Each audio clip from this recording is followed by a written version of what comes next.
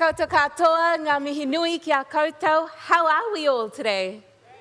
Doing good? Good. I'm just absolutely delighted to be here today because, as Guy said, I came to the Festival for the Future quite some years ago, and I remember being absolutely blown away by the speakers and just the whole experience, the stalls that I went to. So I hope that you have that same experience this year as well. But I must say that it's also a little bit daunting to be on the stage and be one of the speakers this year. Very exciting.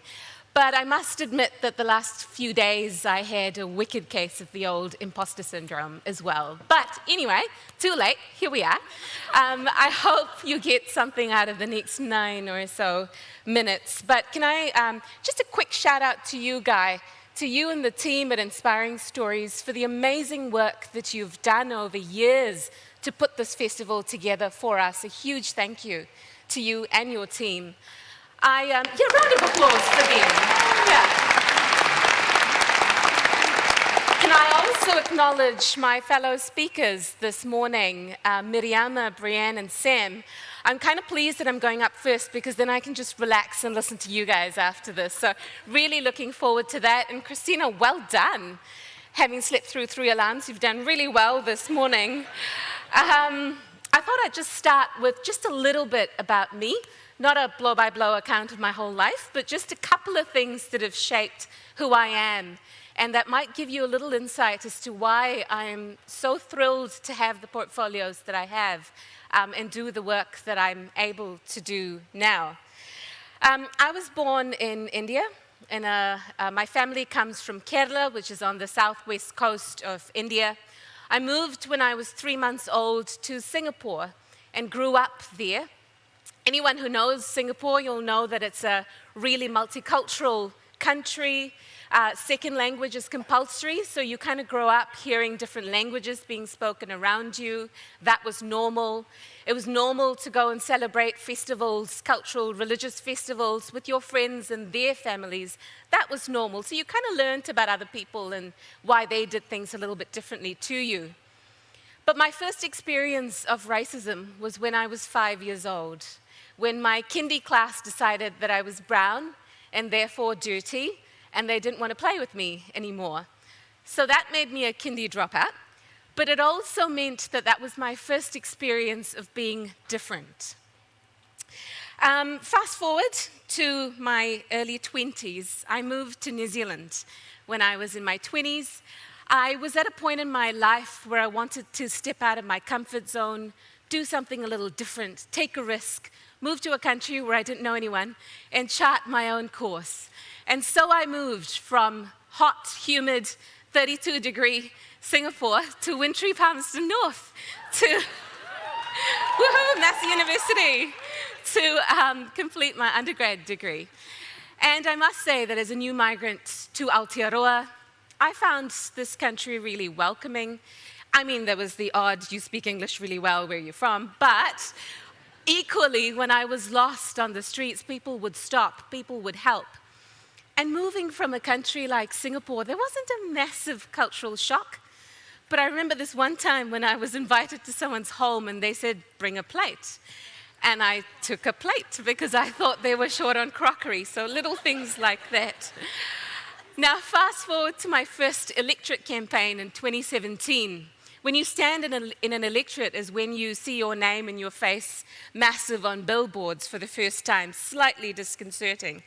But someone who was well-meaning said to me, with a name like Priyanca Radhakrishnan, Kiwis aren't going to be able to pronounce your name, they won't be able to remember who you are, let alone vote for you. So maybe you should change your name and take your husband's last name. Now, no disrespect to the husband who's here.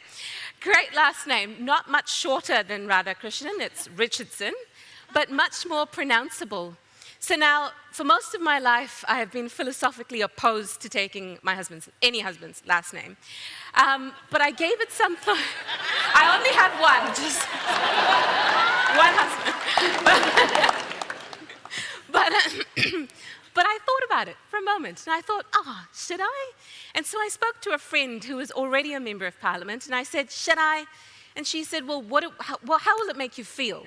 And I said, well, like a sellout. And so she said, well, don't do it. She's now my boss and our prime minister. So anyway, needless to say, I didn't, and I still won the election, so yay. But the point is that we shouldn't have to change who we are to get places. In New Zealand, across Aotearoa, we have 213 ethnicities represented. We collectively speak over 160 languages and belong to a number of faith communities. It reminds me also of a piece that I read by a Kiwi journalist called Jahan Kasinather sometime back, quite recently. His Stuff article was entitled, "Do We Really Want Diversity If We Expect Ethnic Kiwis to Lose Their Culture?" Read it if you're interested in these issues, because he talks about how many of us really see people who look like us in positions of influence. You can't be what you can't see. You know, we get places. He also talks about how many of us, we get places because we maybe subconsciously reject who we really are, aspects of our identity. We downplay the ethnicness, you know, to get to places of influence. We don't let culture and faith get in the way of our careers. But now that we are in these positions, and I also point at this point that I'm the first New Zealand Minister of South Asian origin here, and I don't say that because I feel it makes me any more valuable or special as a person, but we've had Kiwi Indians for a very long time, and it's taken this long for us to get someone of South Asian origin as part of our government. But now that we have people in places of influence, all of you have a level of privilege. It's now upon us to change the system so that we allow others to bring their whole selves to work and get to those positions by being their whole selves and living their whole lives. And my vision for Aotearoa is for us to become a society where everyone feels safe, valued, heard, feels a sense of belonging, and is able to participate fully in every aspect of society. So how do we get there? What steps do we have to take? And this is some of the work that I do as a minister. On the 1st of July, we launched our first ever ministry for ethnic communities. This is the first time ever that our communities have this level of representation across the public sector, with a chief executive, also for the first time, who has a seat at the top table and can influence change across government agencies as well. Also, as the Associate Minister for Social Development and Employment, I lead the government's work program on social cohesion. We are regarded as a country that has a pretty high level of social cohesion internationally. We've seen that in the aftermath of the March 15th mosque attacks. We've seen that in the COVID lockdowns.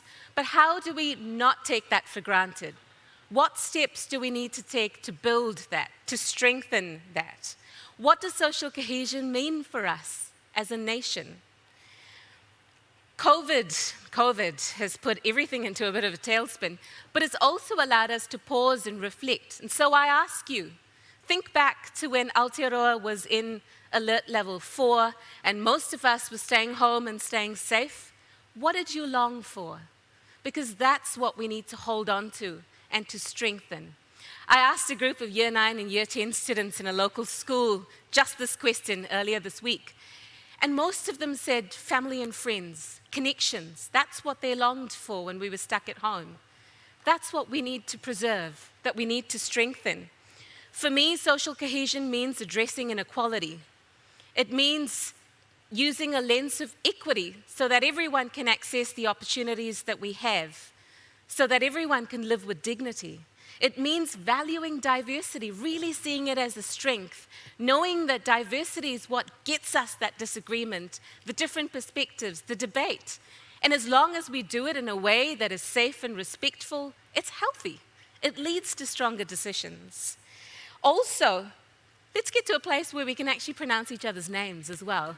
I went to New York. I led a parliamentary delegation in 2019 to New York, and that was the one thing that stood out for me, that no one did a double take when I said my name was Priyanca.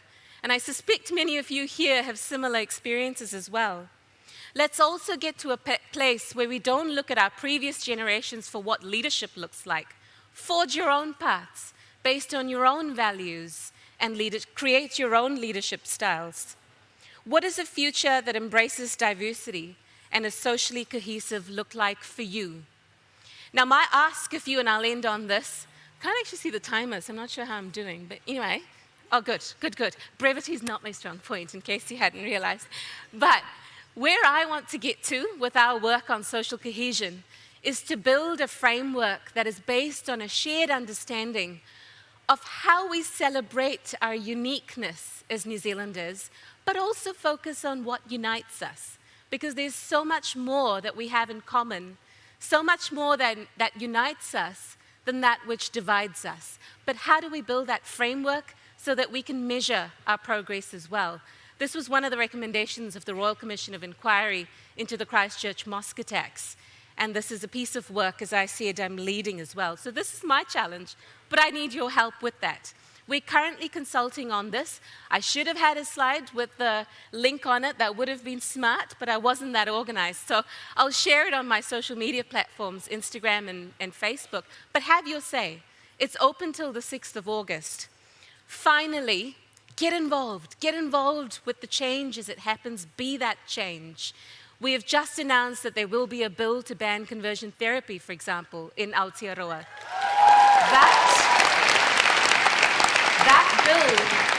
That bill will come to Select Committee soon. Have your say. If you want a little bit more information about how to do that, Parliament and the Commonwealth Women Parliamentarians has a stall here, I think for the first time at the Festival for the Future.